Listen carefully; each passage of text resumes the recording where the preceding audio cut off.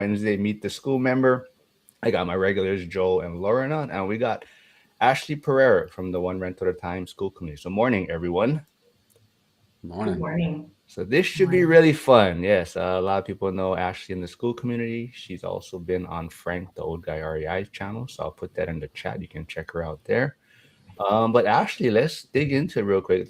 Maybe give a quick 60-second spiel on who you are, where do you invest, and all the good stuff about you. Yeah, I'm still And, very and and much the a bad. beginning and the bad. Okay. I would say I fall into bad company like Mark's. Definitely one of my All right, we're starting already like this, are we? Okay. Uh, aside from that, um I've always kind of been really interested in personal finance. And I think that's something I kind of forgot to talk about with Frank's talk, but I'll mention a little more today because I feel like that has still like a big role in getting started and keeping that momentum to get your real estate portfolio where you want to get it. But like Mark mentioned, I'm investing out of state. I am a long term buy and hold. I don't do any rent by the room, Airbnb. I just do that kind of like more like traditional REI investing of just find a solid property and hold it for as long as maybe as long as I live. Hopefully, we'll see with some of them. And doing this out of state from California, found a really good team in Rochester, had a couple different places I was looking at the time, but Rochester kind of beat them by the margins I really cared about. And now it's been about 2 years in, and I actually am going to be closing at the end of this month on a second property in Rochester. So it's been going pretty well. See, nobody knows that kind of stuff about you closing on your second property. Like you do jump on the school calls, but a lot of people don't know your story. But I think the big thing, especially from Frank's the old guy REI's video, I think in the beginning you were definitely talking about kind of that analysis paralysis, trying to figure out where you wanted to invest, but and then you kind of at some point just decided to jump in. Right? Can you just talk about that a little bit? Absolutely. So probably about like the first year of learning more about REI, it was just understanding the terminology. It was really being able to like keep up with all the lingo, keep up with all the concepts, and to just kind of listen to other people's sort of like case studies of how they got started, what their challenges were, how they overcame them, kind of seeing if this was something I could replicate. And that's kind of why with some of the more riskier strategies, I it really didn't align with what I wanted because I wasn't seeing high reproducibility. But then when I got really into ORAT, I was like, oh, I'm seeing the same play over and over and over again with pretty similar results. And then people 10 years, 20 years in being where I want to be. So that was like a pretty solid alignment right there. And for Rochester, I had been looking for almost an embarrassing long time at different cities that kind of met the criteria I was looking for. I was looking for a growing economy. I settled for a stable economy, but the reason why was because there are a lot of local economic drivers that really hold people in place and hold them physically in place. So, for instance, there's a couple of really good medical schools in Rochester. People have to physically be there for those medical schools. There's an international airport. There are several universities. There's several, like, just different pillars that I could be like, okay, these are my potential pool attendants, and they physically have to be there. So that was one of the big things that kind of beat Rochester from the other markets I was looking at. And then another thing too was newbie investor. You know, I really wanted to make sure that I could stay in the game for as long as possible. So cost and low barrier to entry was especially important to me. So I was definitely looking, even though I'm in this like pricey state of New York, I was still looking in the more like rural areas, places where, you know, getting like a starter home is relatively inexpensive in terms of can I make that monthly payment with no income coming in? Like that was my big thing of like, how can I kind of like give myself guardrails and make sure that like it's too boring to fail was like my big thing, like just something steady and not glitzy at all. I was even really thinking of other places like Cleveland, Ohio. However, when I actually started getting into the weeds of things, like looking for property managers, that's where Rochester really grabbed me because I had a couple property managers who I were like just really on their game. When I asked them about zip codes, when I asked them about investment strategies, they gave me really sound advice and they weren't just looking only for the money. A couple people actually said, like, hey, in these XYZ zip codes, cash flow looks great on paper, but you're holding that place maybe 1 or 2 years before like the tenants will break you. And I was like, oh, cool, good to know. Good to know to not be there. Well, the funny thing is, in the school community, we also have another investor doing really well in Rochester. We have Jay Molis, who's doing a lot of good things there. But Joel and Lauren, do you have any knowledge of Rochester? Like, yeah. Until she No, said Rochester, New York, I didn't even know it was a city. I had no idea. no. I'm kidding. I mean, I don't know anything about it. I just know it's cold and it's north. That's all I know. Let me do some housekeeping real quick. Joe and Lauren are also streaming live right now, so if you can jump over to their channels, comment, like, subscribe, and also I'll put in Joe's newsletter. Like Chris Webb says, yeah, learn all about DSCR in Joe's latest newsletter. Woo! And Thanks, then, thanks, Chris. and if you can, Cody Davis and Justin Camber are streaming live also right now, so you can jump over there, like, subscribe, and then jump back over here. Did you guys have any quick questions for Ashley?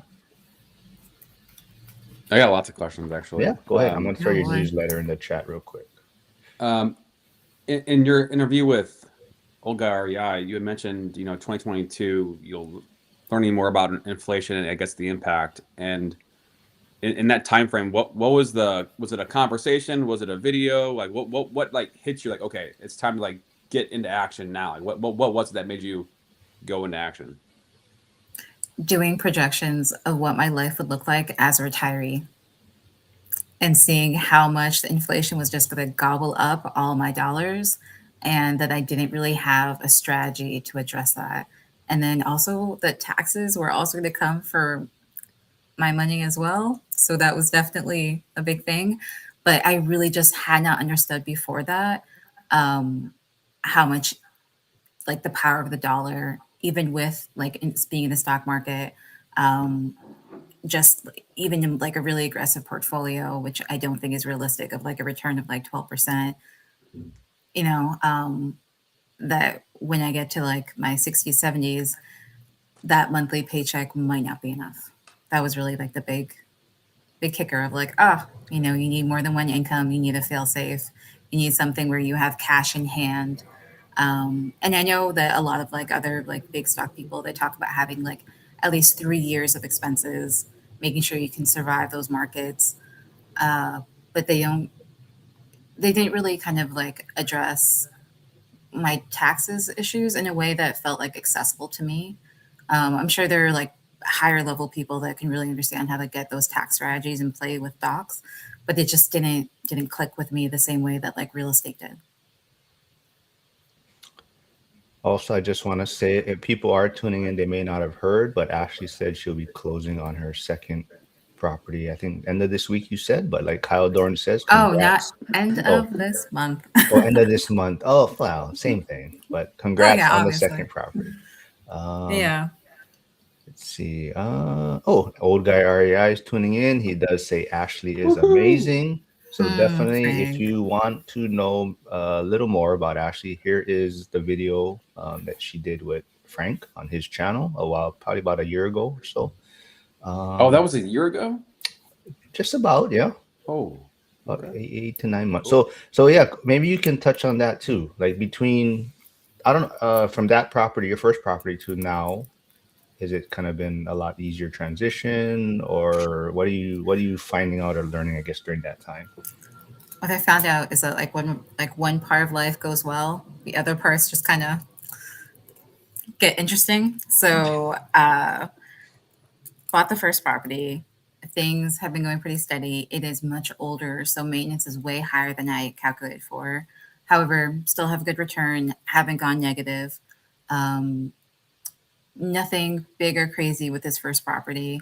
And I was feeling like I should buy a second one. I had the goal of buying one property a year, and 2025 came around, and I was like, okay, this is the year to buy a second one. And then biotech got hit very, very hard with layoffs. In August, my entire team was laid off except for me. I was reorganized to another team, and it seriously shook my confidence in my ability to buy a second property because one, lenders will not lend to you if you don't have a W 2 going on. I didn't really want to go the DICR route. And it was really just psychologically, I was not in the game of being able to objectively, analyze a property and negotiate things well. I didn't feel confident in like my own headspace because I was really just thinking like, what do you have to do to make sure that I stay indispensable? So I was not in the same position to really focus on getting those deals. And I was pretty much just kind of doing the bare minimum at the time of what I wanted. Because initially I had a goal of talking to at least 2 or 3 different people in the Rochester area, like either wholesalers or other property owners, and even some like real estate agents who are more on the investing side. And that goal just like, like I was just work 24/7, and it definitely like set me back quite a bit. And then end of 2025, I started feeling a little more confident and that I wouldn't be part of the next wave of layoffs. But to make sure I did reassess my own personal strategy when it came to my finances, because I had a certain amount of, like emergency fund money, and I thought it would be enough in case anything happened. However, like colleagues of mine who are like out of jobs, because it wasn't just my company, it was a whole bunch of different companies that were affected by layoffs. So at that point, I was seeing that like that 6 month mark was not realistic, that there are people I knew who were looking for like 1 year, which is quite a difference when it comes to like how long you can survive. So I decided to like beef up my emergency fund and to put a little extra in kind of like long term safe things, just like CDs and bonds that, like, if it's sitting there for a year, great, whatever. So I beefed that up. And then early 2026, there was a lot of medical issues in my family, which caused another wave of uncertainty because I am currently on the West Coast. However, my family is on the East Coast. And looking back, I think there was definitely a bit of like catastrophizing. Like I definitely was thinking like, okay, like what if I have to just like pick up everything and like go? And what if I have to like have like 6 months, 8 months where I'm just like helping people be okay and I'm not working? Like, what would that look like? So then there was another wave of me being like, I can financially survive with X, Y, and Z funds. Um, and then thankfully, people's results came back in and they were okay. So that kind of bridge was passed. And then I I kind of reset for a bit. Started getting a little more into school, a little more into like the community. Went to the ORAT event, which was awesome, um, and got my head back in the real estate game. Really was it, and really just kind of refocused on like if everything else wasn't happening, just looking at your numbers, just what the spreadsheet says. Like, are you ready to buy? And the answer was like, yeah, I have been ready to buy. I've just been like not okay. So at that point, I was like, okay, buy another Gashon property. Just buy it. Just go through your book. I did use another agent this time. Because like even though I've been like out of the Rochester game, I still have been kind of like talking to people. Like Facebook is a great resource. And I did meet an agent who I just really, really vibed with. And working with her has been such smooth sailing. I feel like I can really grow with her, even though like the second property is not really outside my comfort zone. It's still another single family B property, but I feel like it works for my strategy. It still works really well on paper. We'll see what happens in practice. And I'm looking forward to closing. I also just want to clarify that Lauren is not falling asleep on the live stream. She had a rough night last night. What, So Mark, you're not supposed to tell It'll be people okay. that. hey, I'm Oh, just gosh, I didn't know. Jeez. nah. But did you have any questions for Ashley, you guys, or? Yeah, so when you got that like first property and the expenses were higher, I feel like a lot of new investors, that's like their worst nightmare, like their biggest fear is like, what if I don't calculate things right? How'd you not let that like deter you from doing a second one? Oh, initially it did. Initially, I was like, what is this nonsense? And then because I was a member of school, I was on these calls with people who were having the same exact things. So I think within like the span of 1 month, like there was like a backed up pipe and that caused a bit of flooding in my basement. And then someone else was like, yeah, like my tenants just have been flushing who knows what. And like my septic is backed up too. And I was like, oh, okay. So these shenanigans are normal.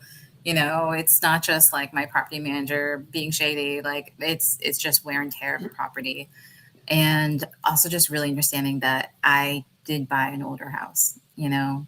I can't just expect it to act like a new build. And maybe over time with us kind of like addressing all the issues, it will start giving new build returns, but more just kind of like having low to realistic expectations. And then making sure that, like I was doing my own part of like asking the right questions of my property manager, not just like assuming things, just being like, so I don't understand this. What does this mean? Mm-hmm. I don't know if Like you what guys kind of planned stuff that you didn't understand that they were giving you? Was it like about repairs and stuff? It would be about repairs, but also they had issues sometimes with their software. So, so like some like charges would appear and I'd be like, yeah, I paid this. Why is it still coming up? Things like that. And then also sometimes like the terminology that they would use or not having like not having a really good description, and it would seem like this is like the same charge twice for something. Because yeah, like it's like this size pipe that they got and that didn't work, so they got another size. Like I do not have a contracting background, so there was a lot to confuse me with. That was Yeah. Well, like I was gonna say, I don't know if you guys planned this, but Lauren, like I said, I think we talked on it a little bit last week. Like Lauren, had a reel she put out on social media about it was a sewer issue. Yeah, the water main. Yeah. And like I think that the thing that maybe if people didn't see it, you were kind of like in the beginning, you would have been stressing out, freaking out, like but at this point you're kind of just like, all right, well, it is what it is, and we'll figure it Yeah. out. And now you have resources, right? And kind of that's but that's because Yeah. you've been doing it and being around other people, right? And I think that's to Ashley's point, being in school, you start realizing like this is kind of normal things that most investors go through at some point in their journey, right? Yeah, it's important when you're in it, like just even seeing other people have like had the same issues, like you said, like being like, oh, okay, somebody else had this exact same thing, their basement flooded. I feel like, yeah, my water main broke and it's like, that's happened to me before. It's not a new thing. And I've learned like, it's something that will continue to happen. Like if you buy a place that has old cast iron pipes, and a lot of people don't realize that you are responsible for your own water main. Like the city just takes care of the part where it connects. And it's like you have to dig a huge trench and put in a new water main. And the first time it happened, I was so stressed.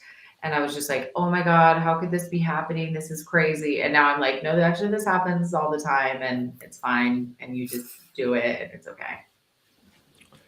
I do see Chris Webb also saying University of Rochester has a very underrated economic department. So I don't know if you knew that. No, very, very good school. I was kidding about not knowing Rochester. I played baseball at WashU, and they were in our conference with like Case Western and Brandeis and Emory University, and they were not very good at baseball though. It's very, very cold up there, so you don't play much. See, That's a good school. Dirty Title Gold Mine. Thank you for stopping by. But they say Rochester, New York seems to be a great area to buy with seller carry. Is that accurate? I would love to. I would love to. However, it has been a tough sell. To be fair, I did like fall off the bandwagon. I didn't keep consistent to my own goals of reaching out with people, which may not have panned anything out anyways. However, seller carry there, when people are open to it, they usually have pretty aggressive terms, which I'm sure you can negotiate down. And it's usually like a 5-year balloon. Um, but most people want their money now. So I've been like trying to build those relationships is just still difficult. And I think it's just like a matter of like numbers and time. So I think someone could still definitely pull it off, especially if you already have a good network. If you're physically there, I think that would really, really help. But it is not something people are like very into, even when you're talking to somebody wherever all parties are in, like the real estate agents are helping you, and you don't have that barrier of having to be like, hey, I'll still take care of your commission when they really understand things. The owners want their money now. So it's been difficult. I Did think you seller carry is kind purchase? of always like that. Oh, sorry, Joel. Go ahead. I was just gonna say, I feel like seller carry is always like a bit of a hard sell and like an education process. And the times that I've seen it work is like when you find other investors is helpful because they're already primed for that mindset. And then also people who don't want to be taxed on their capital gains. It's like those two situations help a lot, but it's an average person is not usually gonna want to do something because it feels risky. Joe, you're going to say something? Yeah. So were you buying these properties off the MLS or like from wholesalers or? Originally, I was trying wholesalers, and then I was just seeing some of the worst properties and then the worst conditions to the point where, like, for a couple of them, I wanted to report them to the city.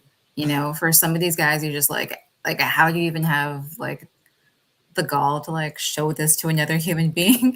Like these are really bad conditions. Like, yeah. At So I that did start with price. the whole really bad price, and to the point where like some of them I was like, I'm seeing like 4 health and safety violations right here. They were just like showing right in that photo, like no care in the world, like negotiating with that landlord. I don't even know if I want to work with them.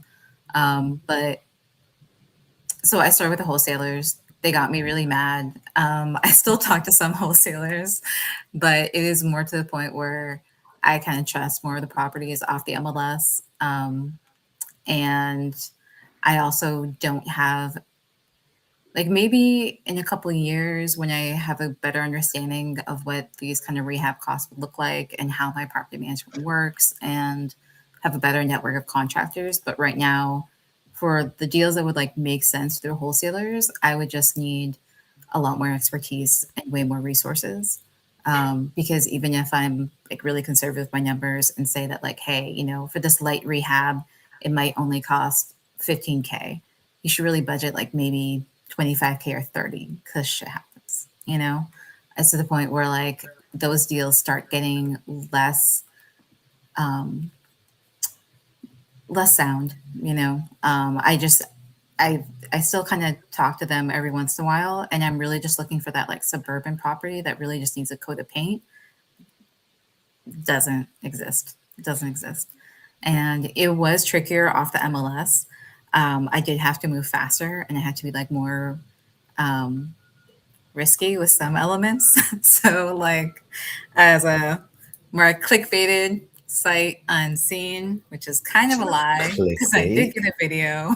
So there was a site to see there. However, did I ask for inspection? No, I did not, because this house was like pretty much perfect. It was right in the B class area I've been studying for a while. And what I liked even more about it was that it previously had a tenant for about 20 years. The landlord had already listed it for like 1 month at like a pretty decent price, but then pretty much took it off immediately. And the condition was extremely good. Like I put $600 in for paint.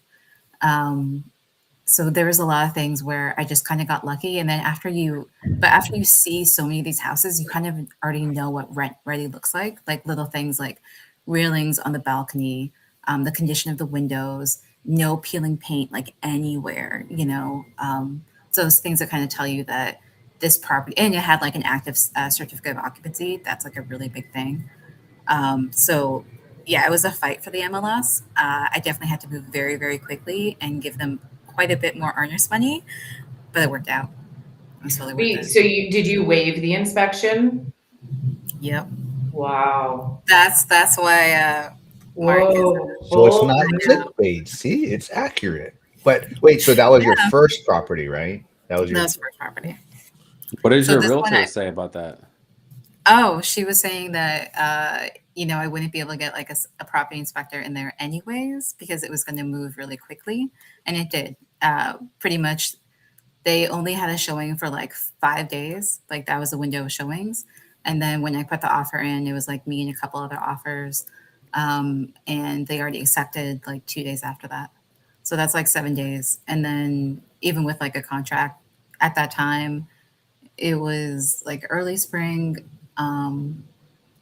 But it was more to like beat out the other offers too, because a lot of people went over asking and I didn't.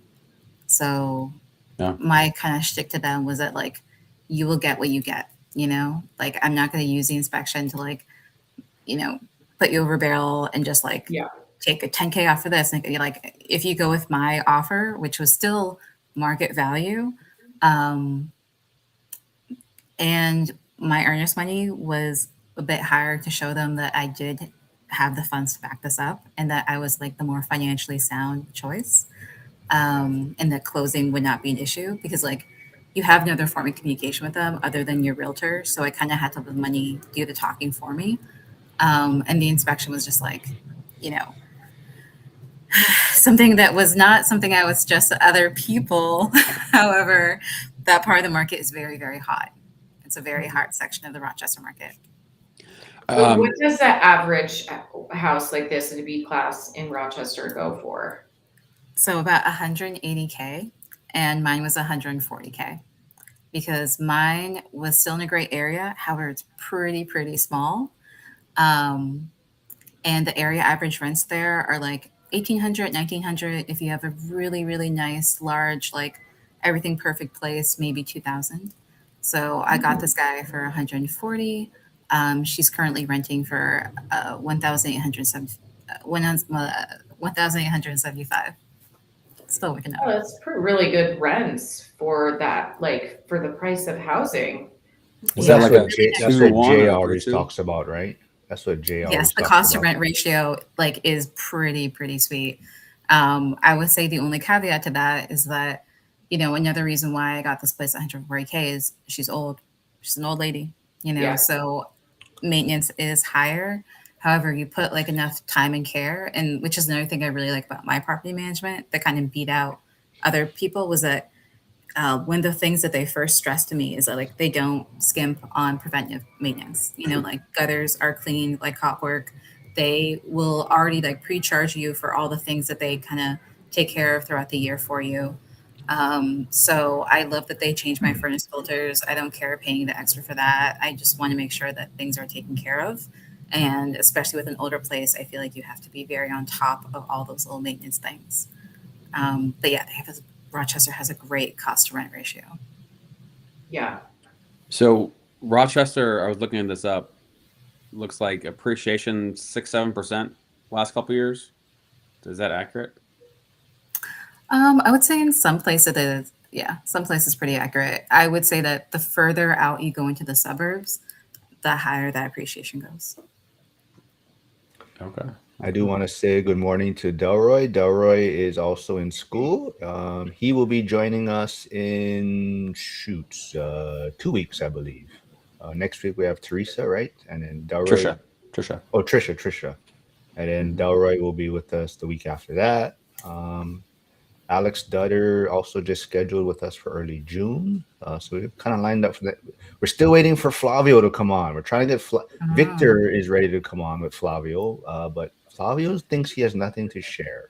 But I think he's one of those. He's a great cameraman. He can share about that. He got skills.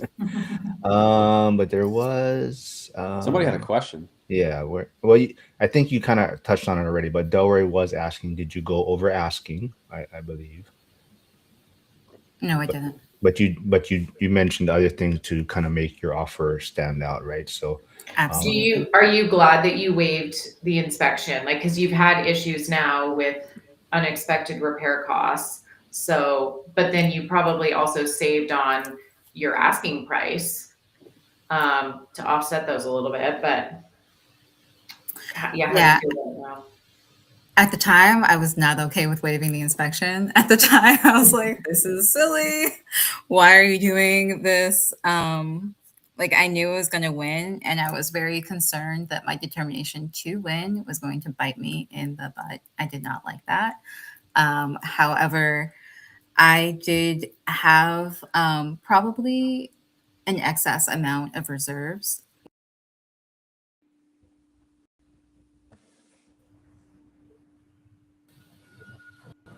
Am I back? Are we back? Oh, that was weird. Yeah. I thought it was me. I thought it I was don't me know. too. Maybe it was Mark.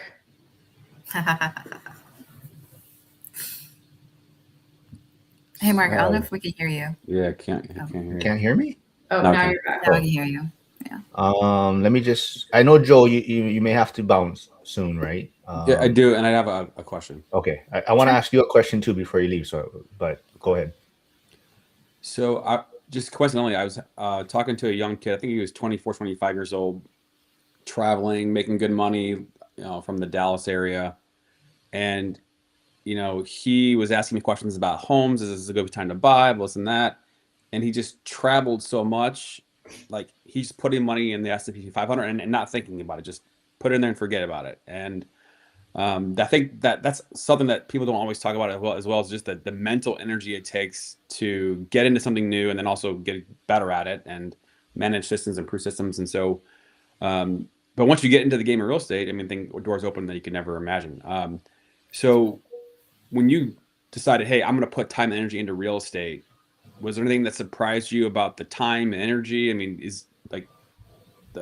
tell me about that.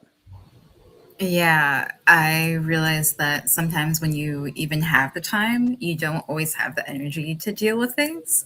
So, definitely managing, how much I let myself stress about one or two things, because that does kind of tax your mental load, your emotional energy.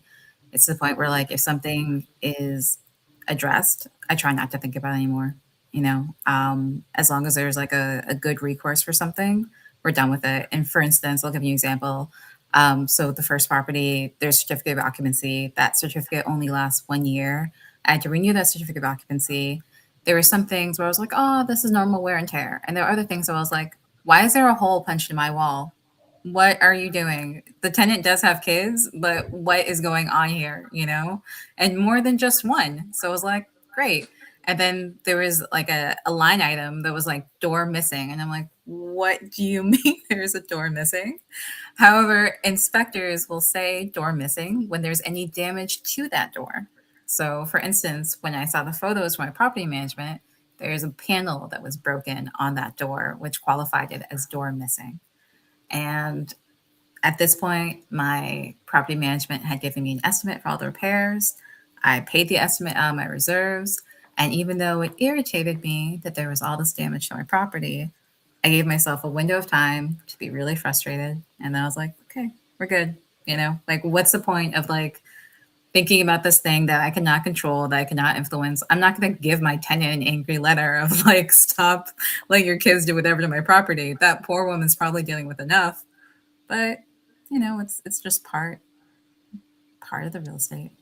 All right. Before we dig into that a little bit more, Joe, I know you got to bounce, but I forget if it was I don't know if the company you're working with now offers it. And Dion was mentioning it yesterday on his live, but a product where basically, or a loan where it comes off or presented as a cash offer, when it's financed on the back end, right? Do you still have a product like that, or do you know much about that? For primary residences, yes, but not for investors. Yeah, so I think he is looking for a primary, but do you still have that product? And is the fees that much different than like a traditional if you do a Yeah, I finance? mean, typically because it's a cash offer, so using capital to purchase, and there's costs that go into it. It's typically around 2%, but it depends on the state, and Okay. also by county in some states too. Okay, cool. Yeah, I know Dion was talking about it, but I didn't know if it's a product that you still offer. Mhm. All right. Well, I don't know. If you have to bounce, just bounce. Or you got any final words, Joe? Or Yeah, I guess one more question, kind of going down the mental part of things. Yeah. You get into the game, you say have a goal of wanting to buy one every single year. Obviously, life happens. I always talk about on my channels, you can never cut and save your way into building wealth or retiring early. But if you increase income, those are ways that you can accelerate the time in the process. So kind of both of those sides of the equation. Did you cut something out of lifestyle? Did you add something in income generation? Anything along those lines as you've continued the journey? Both. Absolutely both. So um, I made a couple career moves where I left a portion of the area I was in. I was in academia for a bit, and you basically just get paid in like prestige, not real money, you know? So I made that choice to like go for the real money, which almost doubled my income, which tells you how little people get paid in academia. Ooh. So kept getting got a lot more money, and then I kept my lifestyle to like the minimum possible lifestyle I could. Like I live in a C class neighborhood. I rent in a C class neighborhood. Like I definitely made sure that like my costs were as small as I could make it. And while I did have like a couple vacations here, it would always be things I would kind of like pay for in advance by like saving for it first and then putting on a credit card and paying that off, just um, like offsetting, some of like my other expenses with kind of things that like using like my HSA for like gym memberships and things like that. Just like still kind of watching every single dollar. So I I definitely needed both to get to the point where like I have healthy reserves, I have a good down payment. And then I think also just it not being a new thing to learn. Like I didn't have to learn personal finance on top of REI. I didn't have to learn like my best way of saving for me on top of REI. I already had those good financial habits and I made these kind of big moves that were really moving, the pendulum in my favor. So I think having a really good personal finance system kind of before you get started, absolutely necessary. Love it. Very cool. Very cool. all right, Joel. Thanks for joining us today. I know you have to bounce for a work meeting, but I'll see you next week, man. All right. Nice to meet you, Ashley. See Yeah. y'all. Nice to Bye. meet you. Bye. Lauren, do you have any questions before I get to some of the stuff in the chat?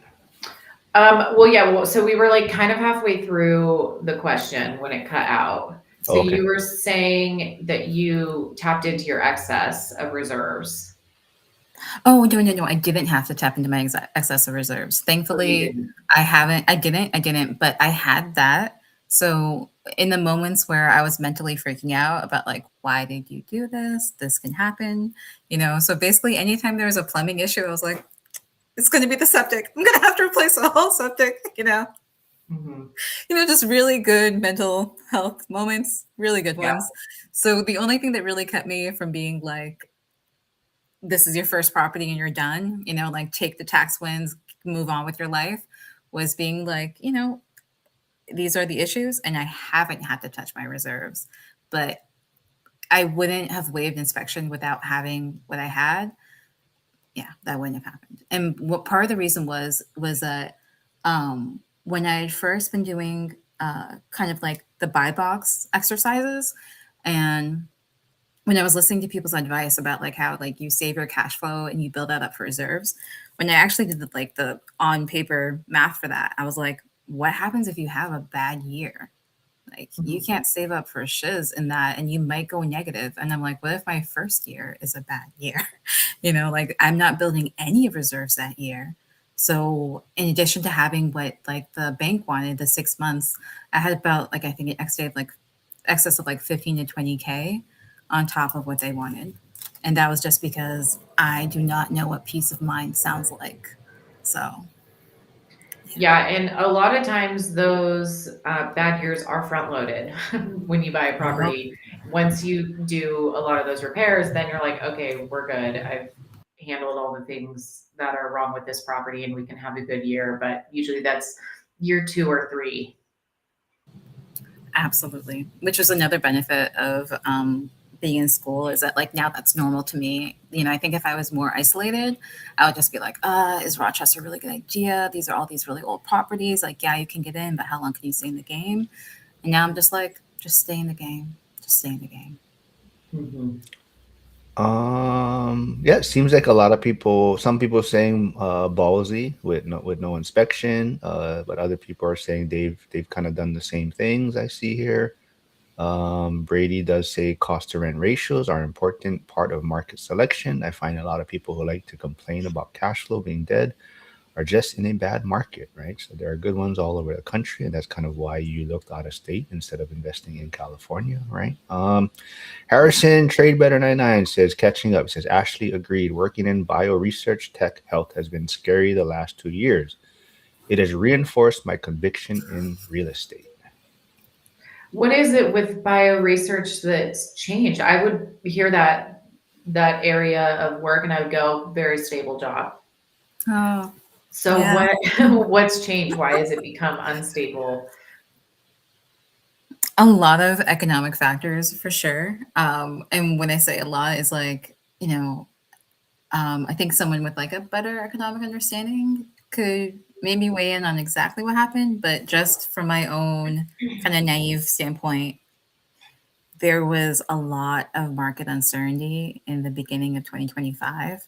And so investors got scared, and investment that normally would be in the market wasn't there anymore. That was already pulled.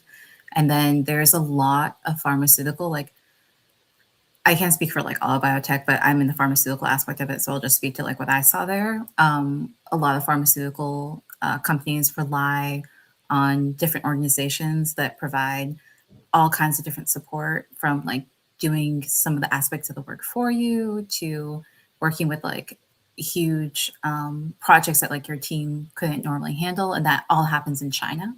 So when we had issues with China, especially around tariffs, especially around companies we couldn't work with, which some of that I did agree with, you know, I think there's some parts of like American intelligence and American,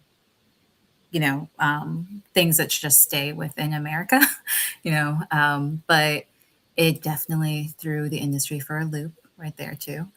And as the market just had all these different things that it had to, all those ups and downs of the market meant that like investors were not feeling happy with being in an at risk section.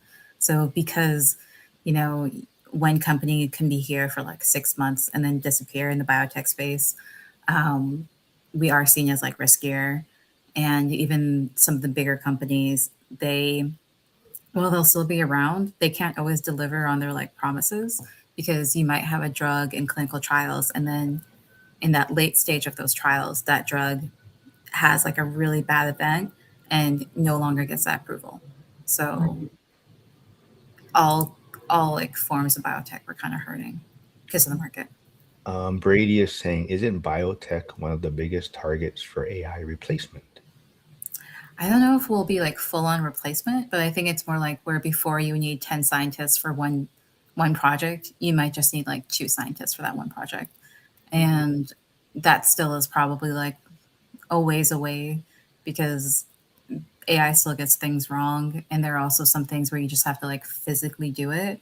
And then sometimes even when you have like a replacement for that. So like one of the big things, especially at my company, is we have these like liquid handlers, and they basically do what a team of people used to do in like one sitting. But they just mean that like one, you need less people, and then two, like I now have more work because that thing is doing so much more for me. So it doesn't always mean that we'll be like fully replaced. It just means the landscape is going to look different. Mhm. Let's see what else we got here. Nothing really. Yeah, someone like Delroy says, I waived inspections on a 500K purchase. I couldn't sleep, regretting my decisions. Fast forward 1 year later, I'm glad I did it. Let's kind of right there. You, like I said, in your discussion or talk also with Frank, you mentioned maybe a lot of people they go to bigger pockets first. That's kind of their first experience or initiation to real estate. You said you didn't connect with it that well, and you found Dion, and Dion prefers buying properties that have tenants in it. And does that help you, you think, with maybe waiving an inspection because someone's been living there or a tenant's been in there for, or someone's been in there for X number of years and you're kind of a little more comfortable possibly waiving an inspection? That definitely helped. And knowing that there was a valid certificate of occupancy, which to be fair, they were already 5 years into that certificate of occupancy, but I know that there was already like a certain level of like this house has to be functional just to get that certificate. So that also really helped. So that he didn't mention it here, but Jason C, who is tuning in, who's in Chicago, he just recently closed on, I don't know if it was a duplex or a quad, but he closed on it. It was vacant, and now he's dealing with some uh, plumbing type issues. And now he's like, yeah, I don't think he doesn't think he'd buy anything that is not tenant occupied anymore for just those reasons. But yeah, I mean, you gotta. Everyone's a little bit different, right? Yeah, but I definitely do agree with that line of thinking. And it was another reason why I acted so aggressively for this place was because it'd only been listed for a month. And before that, they had like a strong, like 20 something years of the same tenant being there. So I liked seeing that somebody one stuck in the area for 20 years and that after, I mean, this landlord could just be like amazing at turnover, but it seemed like it was just 1 month and then they had it listed again. So I'm like, whatever damage has been to the property, it's only been cosmetic because otherwise, it wouldn't just take you 1 month. So Lauren, I know you're pretty just jump right in, figure it out. Would you ever waive the inspection, or did you ever waive one beginning of your journey? Um, well, I mean, I bought a property from a wholesaler, so that's essentially, and that was sight unseen. Um, and yeah, I've talked about that before. That was a disaster. It was a way worse property than it was my first property too. So, wow. yeah, it was like way more than I wanted to take on, but ultimately I learned a lot. But if the timing in the market had been different, like if it hadn't been COVID and prices were going up, I could have found myself in a bad situation where I was just like, wow, I didn't budget for this correctly at all. So that was the only one that I've done that for. I've always done an inspection since then. But I mean, I wouldn't say it's not something I wouldn't do. I think there's always a time and a place. And if you know your market really well, I feel like that gives you the confidence. Like if you can look at an area and you look at the price, like it could even make sense where you're like, I'm getting this for $40,000 less than what it's actually worth. I could go in and do anything that needs to be done and turn around and sell it and get my money back out. So I can see situations where it makes sense to waive an inspection. But yeah, it's very high risk. It's not something I would do if I wasn't like very confident in the area. Yeah, and I think that's also what's great about the school community, right? So there's a lot of contractors like Hyder who's here, but people that do this type of stuff. So you can always bring up questions and show them photos, or so even if you do get an inspection, you can also show them the inspection report and have them walk you through it and what their thoughts are, or even what cost may be to do some work on a property to have a better idea. So I think that's what's super important about it. But tell us about this deal you have in place. I mean, let's knock on wood. We don't want to jinx anything, but you're supposed to close at the end of this month. But it's a single family home, you said, I think, It's a or single family. It's a single family. It's a 3 bedroom.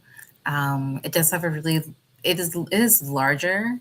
However, she's also another old 1920s build. And I really like that it's on a dead end street. So that I think gives it a little more marketability for the tenants. There are this one I would call it like rehab light. So it didn't have all the things I originally had looked for. Like it's not rent ready. I need to put there's like some basement touch ups. Um, it is kind of like not like a crazy color, but like the the painting of the house is not like move-in ready. There's not like a lot of like neutral color tones. So someone put like their personality in it, which is really cute and adorable, but it's not what tenants want, you know? So I know there's definitely that. And then there is something that like I hope will be okay, but uh, State of Rochester has recently revised their city of occupancy guidelines, so they're getting a lot more strict when it comes to like lead, and this is like in a high risk lead area. So I might have to do some lead remediation. Um, so I'm accounting for that. I'm hoping that won't happen, but I got the money for it if we need to. And unlike my first property, so my first property was also a 3 bedroom, but there's a closed off family room with doors and windows. So we were able to make that a 4 bedroom.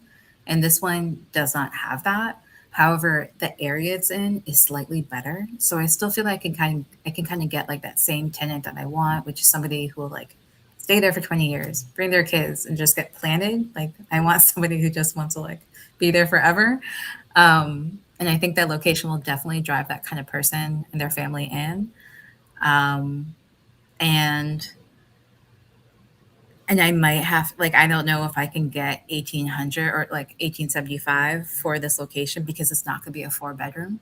So that's something that when I was making the offer, I was really cautious about. Like in my head, I knew I'm not going over 170K, but uh, and I didn't. But mainly that was because I don't know how much I can get in rent yet for sure. And I have seen some softening in that market. So I do this thing where like I watch Craigslist, I watch rent, I went like Trulia, rents.com, apartments.com, and anything like in this really specific neighborhood that I'm in, I always take a screenshot and I watch how long it stays listed. And I have been noticing that some places, like very similar to mine, are staying there for like a month or two and then coming back at a lower rent. And then they get, rented out. But that's why I offered at 160K and I stuck to 160K. And they accepted. They also accepted because I put uh, a lot of earnest money forward. And Are, I is this did not traditional financing or your traditional DSCR or financing, traditional? traditional financing. So 25% down. And yeah. Or you noted did you? I'm assuming you got the appraisal back. Did how's because it seems like a lot of people have been talking in the community too that appraisals have been very nitpicky recently, and even a lot of safety issues coming up on the appraisals. So appraisers having to go back out do another appraisal on the property, or they won't submit it until certain things are done. Has that been the case for yours? No, overall, like despite the issues that I are seeing with it, which are really like light rehab issues, it's a pretty well maintained property. Um, there's a deck with some peeling paint, but that's probably the other bigger high cost issue. But everything looks sound otherwise, and pretty well maintained. So the appraisal came up at like 160K exactly, which I was a little surprised about. I expected it to be a little over than that because all the neighboring houses, and especially a couple of them who have the same amount of like square footage, really similar bedrooms, they came in at like 175, 170. Like that's what Zillow and other places say. So I was pretty shocked, but 160K, no issues. Marlon RE says, I waived the inspection once. I was a plumber and had just finished a serious live-in rehab. This was in 2016, and I paid over asking by 26K in a bidding war. Now worth double easily. Yep. Um, I was gonna. Are you using a property manager or self-managing? Property manager, No absolutely. self-managing in the plans for use. Oh, I think it would be more tenable once I already kind of have my portfolio in place or I get to like 75% of my portfolio right now, I just want to learn the city regulations. I want to learn, you know, this is like when X, Y, and Z should happen, like clean your gutters, do all these blah, blah, blah.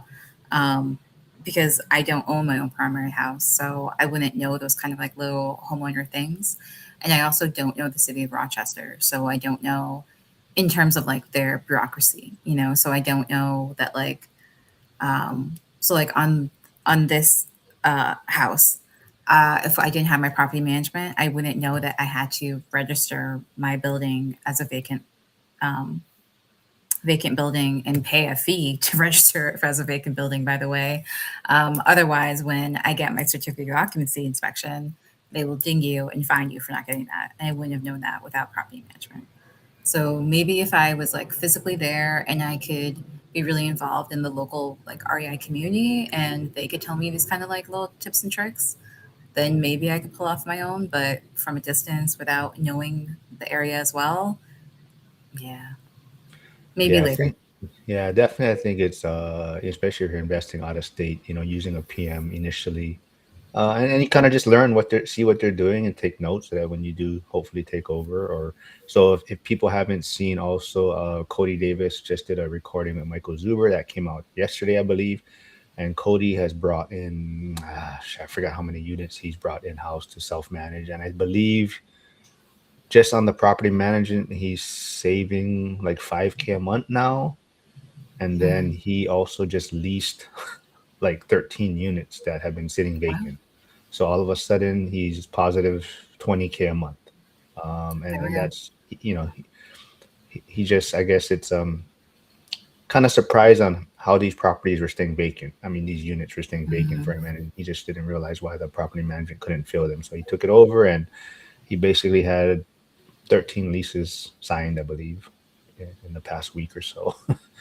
Mm. Oh, I did wanna oh, I know you talked about in your video with Frank too.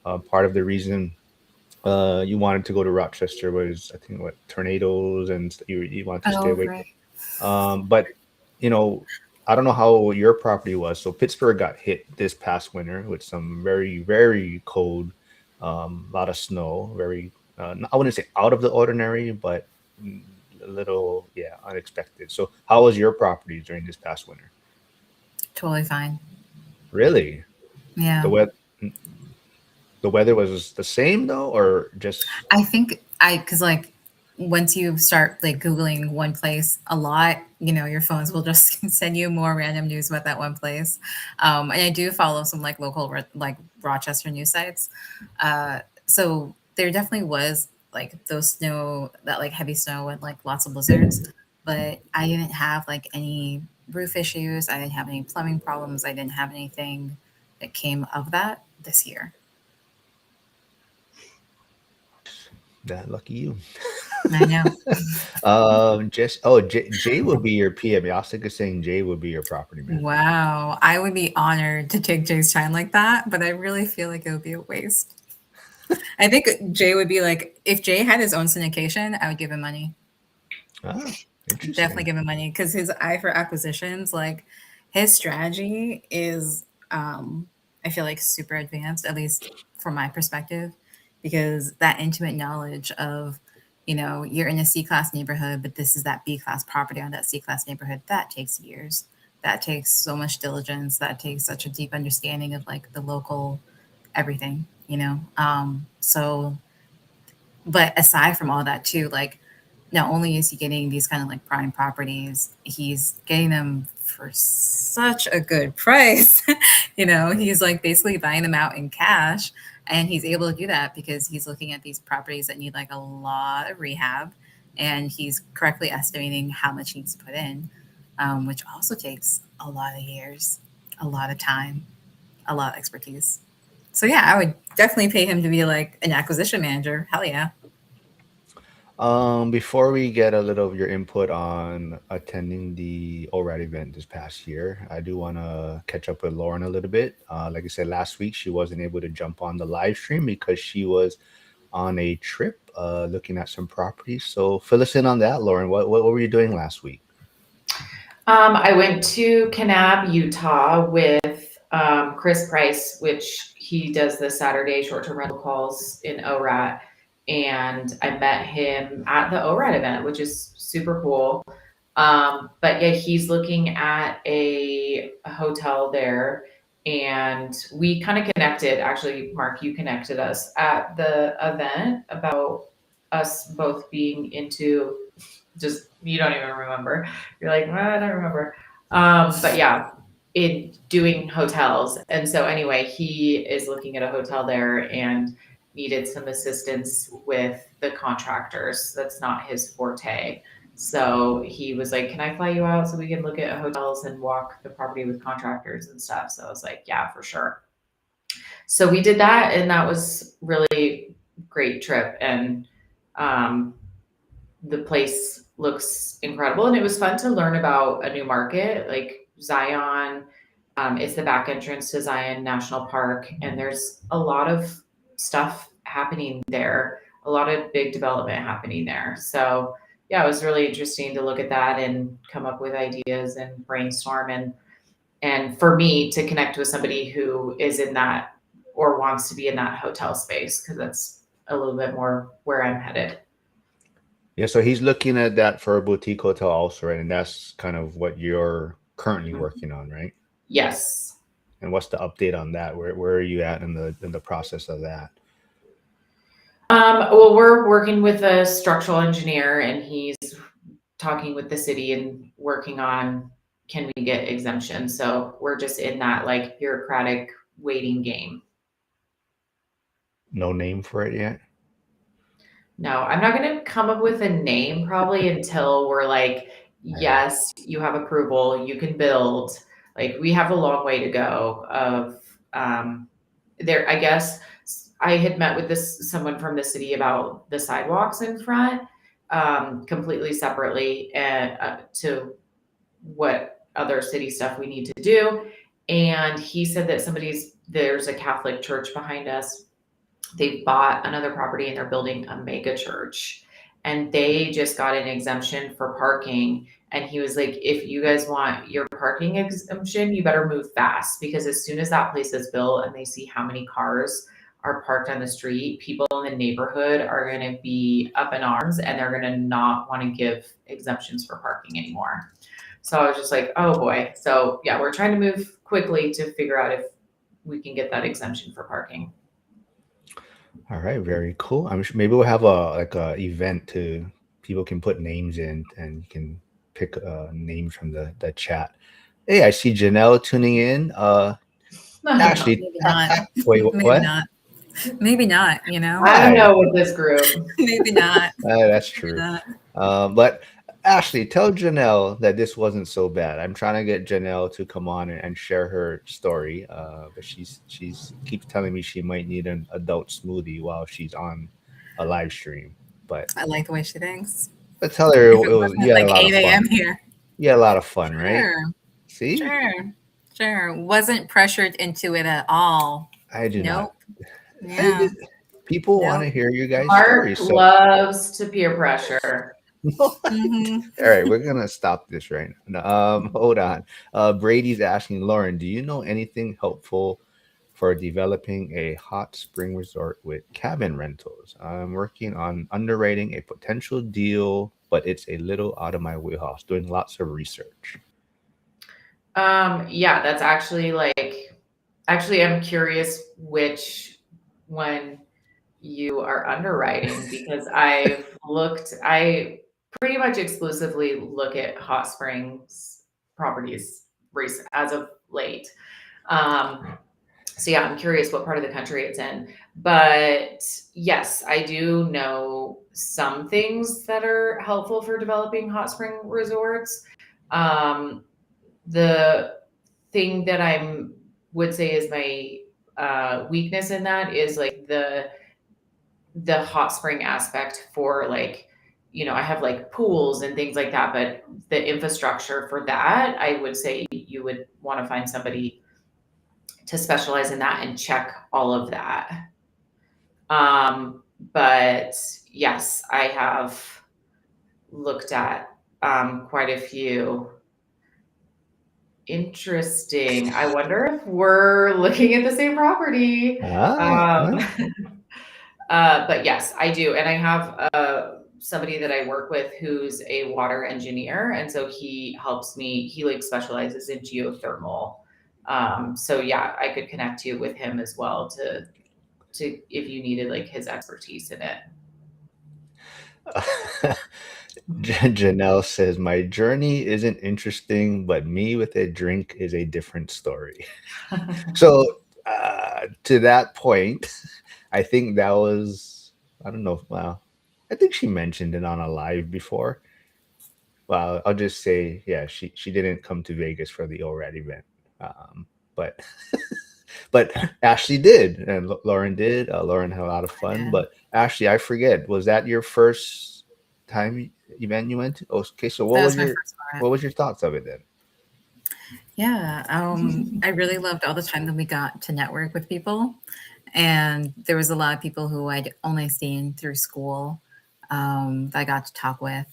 But also, I was just really surprised by how honest people were with, like it's like on school, people are also really honest with their struggles too, and it's nice to see that they also have that same level of honesty in person, and kind of like more like in real time updates. Also kind of people that who are maybe not quite as active in school or kind of just kind of like do thumbs up or um, it was nice to talk to them in person. Yeah, and overall the event, I feel like there was a little bit of something for everybody, and there wasn't like any speaker where I was like, oh my god, that was like a total waste of time. Like I could see how people got value from pretty much everyone who was there. Yasik is saying Lauren is a powerhouse when it comes to overcoming weaknesses. Our hype man here. Hyder says Janelle's appearance may turn into a drinking game. Beware. Yeah, the event was a lot of fun. Like I said, I think the event itself wasn't as good as the previous 2 years, but the community is getting closer and bigger. So in that sense, it was a lot more fun. But I think also Zuber did kind of notice that, or maybe that was a lot of the feedback he did get. So he is it's going to be improving a lot of things, or trying to, for year four. So that should be a lot of fun. And it sounds like I am going to be moderating Lumberjack and the bald guy with a Oh, Ooh. yeah. So that's what it sounds like. I don't know if the bald guy has agreed to it yet, but that's what it sounds like the plan is going to be. Um, so that should be interesting, and it's gonna be a live studio, I believe. hmm. So I think it's for VIPs. There's going to be like 20 seats, so all of the podcasts, or the podcast room, will be open to people to sign up and sit in and watch the live streams. Um, Will all the chairs be bolted down just in case? I don't know. Yeah, I'm not sure what the plan is. I don't. Yeah, I'll try to keep them apart from each other. Yeah, Hyder says, "Bummer, I didn't get to meet Ashley. So next year, he said he'll meet you." Okay. Um, Hyder Hardy, were says, you the man with the cowbell? Was he? There was somebody um, with the cowbell. Somebody with the I don't think cowbell. that was Hyder "No, who was for that? I that. can't remember." Mm-hmm. Um, Hyder also says Lauren said she's joining the push-up contest and aims to win next year. Oh, is there another Lauren in this group? You get Um, started now. Well, that, like I said, this was a lot of fun. I'm glad Ashley wanted to do this, and I didn't have to pressure her into sharing her story Right. at all. Hmm. But Love it. well, like I said, people need to hear more of you people's story. I think that's Mm. what we're trying to do here. A lot of people may not know, and that's what I'm really trying to get Flavio on. A lot of people don't realize all the cool stuff that Flavio is doing, and I think a lot of it is also just putting yourself out there. And I Mhm. think it's super helpful, and just telling people that you're an investor, right? And Zuber's very big on that, and he wants people to share their stories. And you'll be surprised at who's watching and who may reach out to you, right? And who may send you a deal, or like even like Lauren and Chris, right? Meeting up to go look at properties together. Chris want to pick Lauren's brain about some stuff. And Chris is great in what he's doing, right? If you haven't been to the short-term rental call on Saturday, Yeah. Chris puts out amazing information and content there. And I think if anyone's thinking about doing short-term rentals, they definitely need to check out that call on Saturday with Ray. And so into that point too, I don't know if you guys know, like John Litz, who has a short-term rental in Reno, super cool. He put in like 80. He's just got Game of Thrones theme. But Ray is going out there on an RV trip to do the photos for John Litz because Ray does photography, and now he's going to stay at the Airbnb and check it out, and they're going to hang out together. But yeah, that's what this community is all about. Yeah, everyone's working together. Oh, I don't know. That was Hyder. Says, of course I have that. Oh, okay. So I know what you look like. Next time I'll say hi. Yeah, Ashley's a little antisocial, so we'll leave it at that. Just Uh, a little. yes. Can you Uh, say what was up with the ORAD event that Mike wants to fix?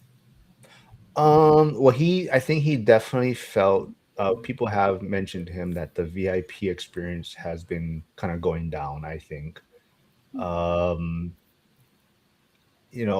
so and part of it's not so how would I say it? So like year one, it was more of a celebration, and a lot of the speakers that spoke in year one were kind of like the regulars on his channel, I guess, like like Coach Carson, you had Brian Adamson, Dion. So, and those people basically stayed the entire 2-day event, and they were just sitting. So when they weren't on stage, they were just hanging out, sitting in the crowd. So and people could just talk to these. So, but now he's getting other people to attend the event, but a lot of them would speak and leave. And Mhm. and I get it. It was Valentine's Day, so some people I think came, they did their presentation, they left. But Jason Hartman stayed basically 2 days, so he had a chance. But so I think he is trying to address that. Um, Okay. Dion and Lumberjack they were doing a lot for their own content in the back, so people didn't get to see them also. So Zuber felt he put a lot on their plate, Yeah. maybe. So he's just trying to address some of those. So that's why he's talking about Okay. moving where the podcast studio was to where Dion was recording, and then he's going to have like a live, like I said, it's a live recording where there's going to be people that can sit in, and I think you can ask questions also. So that's what he's going to try and address, and I think he's contemplating trying to do a Friday VIP type pre-event dinner meetup kind of thing. But right Okay. now the cost is not working out, so I don't know if that's going to play out. But there was one last. What the heck was I going to just say? Oh, if you are in school, Zuber just mentioned this morning. Simon, the uneducated economist, will be in the Zoom call for Sunday morning. So if Zuber's talking about maybe there's some things that Simon and him are disagreeing a little bit about or not seeing eye to eye. So they're gonna talk about it. Definitely Simon comes from a different perspective on the economy, and that should be a fun one. So if you are in school, come check that out on Sunday. Tonight is the longest running school accountability call. So come check that out. And like I said, sometimes it goes 6-8 hours. So if you have the time, jump in, and maybe the first few hours is about real estate, and after that it's just about life and anything else. It goes all over the place. But yeah, Flavio, we'll get you on with Victor, but Flavio says great panel today. I'm glad Ashley was willing to do this. I think she has a great story. And I'll just throw her recording with Frank in there one last time. So if you haven't seen it, go check that out. Oh, go ahead, I Ashley. also have one with Lindsay. Oh, okay. Well, if you Yeah. have it, you can throw it. I do not I don't have have it, but if you go to Lynn Does Investing, Let me see. Let me there go we to go. Lynn's. I have Lindsay's channel here somewhere. Hold on. Any final words from you, Lauren? For anything? What's any travel? No, but Brady did say maybe we should chat about it. So I don't know, maybe you can connect us. Okay. Brady, I'll put Brady's channel there also. So Brady's email, I think, is on his channel description. But hold on, man. Where's Lindsay's channel? There it is. So go to Lindsay's channel if you want to see a interview with Lindsay and Ashley. And then, hey, Hugo's here. Stay go. Shit. Hold on, man. I'm trying to find out. Why don't you guys talk for now while I'm trying to find this? Where's Brady's channel? Hold on. Or just send me My his husband- email because you know I'm not gonna click on. Well, yeah. And go order Brady's book. It's on Amazon also. So Brady has a book out on Amazon. But here is Brady's YouTube channel. And then, hey, Hugo, let me, do I have Hugo's channel here real quick? Go check out Hugo's channel too and go subscribe to his newsletter. But yeah, Ashley, thanks for doing this. Like I said, I mean, I didn't pressure you at all. Don't even spread those rumors. Nope. Here we go. Yeah. Lauren, why do you go for hot springs? Is there like less maintenance or just? No. There's more. Oh, God. No, I just love hot springs. It's truly just a passion thing. It's cool. Yeah, I think hot springs are awesome. They are, they can do really well, like hot spring developments. I actually went to one when I was in Utah I think it's called Zion Canyon Hot Springs or something like that. It's a new $60 million development that they just opened a few months ago. And I think just that like wellness travel is building and growing. So I love it. I like hotels and short-term rentals as well. So it just gives an activity for your place to be a destination. But no, it's definitely not less maintenance. It's way more. All right. And I did not bully Ashley at all. Usually she bullies me. I'll just leave it at that. And Yasik says Lauren's last words today are nap time. Yes, I guarantee Lauren will probably take a nap at some point. I'm not a napper, but if there was ever a day, it would be today. And I want to clarify, I did not say you look. What did you say? I did not say you look bad this morning. I just said You did. No, I said did. That's what those I was words like, mean. oh, you look rough. No, I did not say Yep. that. I said you look tired. Same thing. Same thing. Victor is here. Yep. See, Victor is ready, Flavio. So we'll get Victor and Flavio on. They are both doing a lot of cool stuff. So we have to share their story. But yes, I'll see everyone on Friday. I'll be back with my Friday guest, Emily, and Saturday with Coach Nick, Bitcoin, Need Pray Huddle. So Ashley, thanks for doing this. Lauren, thanks for always doing this also. And everyone have a good rest of the day. See ya. Bye.